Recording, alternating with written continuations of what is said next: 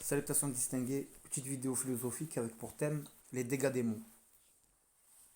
Mots M-O-T-S et non mots M-A-U-X, même si l'un peut être relié à l'autre. Kun fayakun. Ici, la puissance n'est pas exprimée par la force, mais par des mots, une phrase. Ne prends la parole que pour dire du bien ou alors tais-toi. Quelle est la meilleure parole? Un discours. Autrement dit, une parole brève, un cours rapide. Qui utilise les discours? Dans l'imaginaire de tous, on pense aux dirigeants. Nous revoilà au terme de puissance. Nous revoilà donc face à la puissance des mots.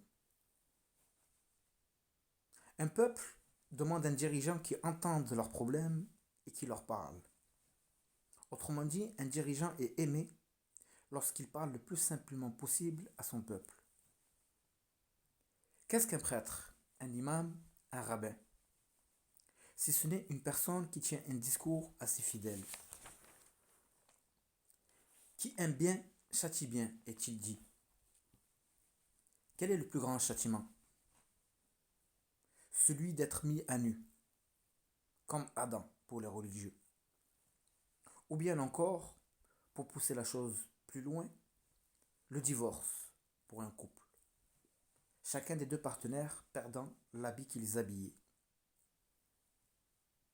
Une fois nu, cela révèle donc le châtiment extrême. Un châtiment douloureux et immédiat, exprimant avant toute chose la présence d'une sentence qui châtie une personne aimée. Châtiment résultant d'un mauvais comportement. Et le plus mauvais comportement étant un mauvais discours. Rien ne fait entrer en masse les gens en enfer si ce n'est leur langue. Autrement dit, lors d'épreuves, la cause principale est la langue. Conclusion, c'est une invitation à tenir un meilleur discours, un meilleur comportement. Quelle que soit ta place dans la société, si une erreur de ta part est mise en évidence au grand jour, elle est donc un appel à la réforme, tout en sachant que c'est un rappel d'amour. Question. Comment peut-on connaître la félicité, la réussite, alors que chaque jour tu ne cesses de te dénigrer, affirmant être en retard, alors que le destin affirme le contraire? Tu es le meilleur selon ton comportement. Ton retard est mental. Ton retard est source de tes dires, de tes mots. Nul arrangement de ta situation tant que tu te dénigres toi et tes compagnons. La réforme passe par louer tes qualités et ceux de tes compagnons, sans arrogance, sans se mentir. Nul changement d'un peuple si ce n'est par lui-même. Si sentence est bel et bien présente, alors récompense est aussi à portée de main, dans un laps de temps équivalent, cela dépendant de tes mots. Si elles peuvent être source de dégâts, elles peuvent sûrement être source de bonheur et de quiétude. C'est ce que l'on appelle des prières pour certains, ou bien encore des discours pour d'autres. Prenons pour exemple le discours sur le climat et son dérèglement. Quelle était la solution apportée par l'homme face à ce défi? Des discours, des échanges d'idées.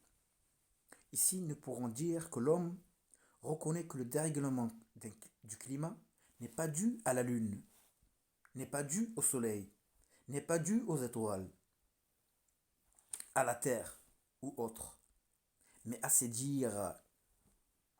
Certains affirment que c'est du blabla, peut-être à juste titre. D'autres, comme moi, penseront que c'est du blabla qui porteront leurs fruits si elles sont appliquées.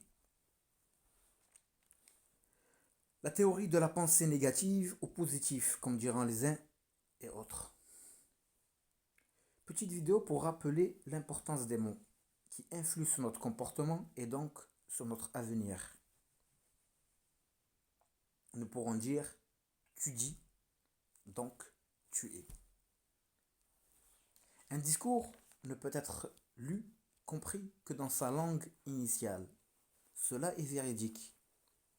Néanmoins, une traduction rapprochée, même si elle ne reflète pas la pensée initiale, peut déboucher sur des compréhensions inaccessibles dans le discours initial. Nous vous avons créé en différents peuples pour apprendre à vous connaître les uns et les autres. Je prendrai ici le mot péché. Qu'est-ce que le péché, si ce n'est le fruit d'un pécheur? Un pécheur est donc néfaste, si ce n'est un pêcheur de bon cœur qui lui pêchera les bons poissons. On retrouvera cette image chez El-Khidr, pour le citer.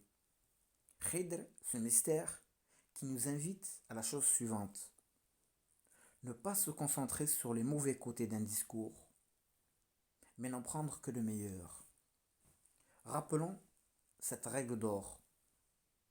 Dis, mon frère a une excuse valable pour son mauvais comportement que je ne connais point. Une invitation à la sagesse, l'humilité et surtout à un bon discours. Un discours interdisant le dénigrement, un discours invitant à la réflexion, à commencer par la réflexion sur lui-même. La plus grande tristesse qui peut exister est en la suivante. Être incapable de remercier toutes les personnes qui vous ont témoigné de l'affection. Pour terminer cette vidéo, j'avais souhaité joyeux Noël aux chrétiens et bon vendredi aux musulmans. Je terminerai cette fois-ci en vous souhaitant une excellente fin d'année 2021 et un bon vendredi.